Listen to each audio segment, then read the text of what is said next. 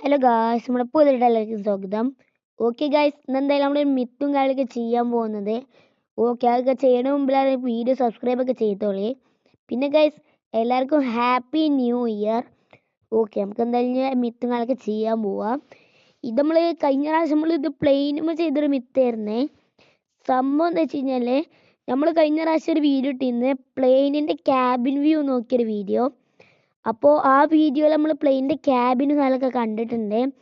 അപ്പോൾ ഈ വീഡിയോയിൽ വേറെ വീഡിയോ നമ്മൾ ഇട്ടിരുന്നതിന് മുമ്പ് ആ വീഡിയോയിൽ ഒരാൾ കമൻ്റ് ഇട്ട് ട്രെയിനിൻ്റെ ക്യാബിൻ്റെ ഉള്ളിൽ എന്തുണ്ടാവുമെന്ന് ചെക്ക് ചെയ്യാൻ. ഓക്കെ, നമുക്ക് എന്തായാലും നേരെ അങ്ങോട്ട് പോവാം. ഓക്കെ, റെയിൽവേ സ്റ്റേഷൻ ഇവിടെ അല്ലേ എന്നാ? ഓക്കെ, റെയിൽവേ സ്റ്റേഷൻ ഇവിടെ ഉണ്ട്. പിന്നെ ഗൈസ്, ഈ വീഡിയോൻ്റെ ടാർഗറ്റ് ലൈക്ക് കയറുന്നത് വെറും 1K ലൈക്കാണ്.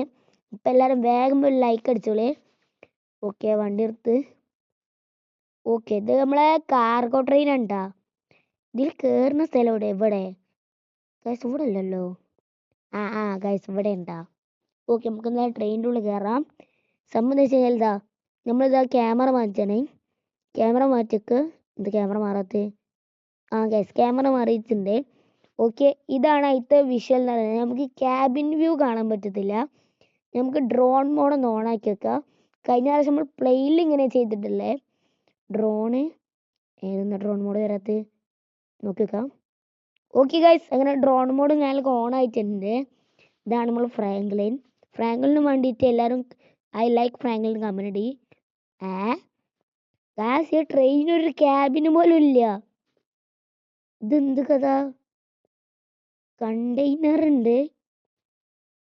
കണ്ടെയ്നറിനുള്ളിൽ കയറിയോട്ടെ ഗായ്സ്. കണ്ടെയ്നറിനുള്ളിൽ തന്നെയുണ്ട് അവസ്ഥ. ഞാൻ വിചാരിച്ച ട്രെയിനിൻ്റെ ഉള്ളിൽ വല്ല ക്യാബിൻ എന്തെങ്കിലുമൊക്കെ ഉണ്ടാവുമെന്ന്. എന്തായാലും ഗൈസ്, ഇതുള്ള നമ്മളെ മിത്ത്. എന്തായാലും ഇത്രയുള്ള വീഡിയോ. എല്ലാവർക്കും ബൈ ബൈ.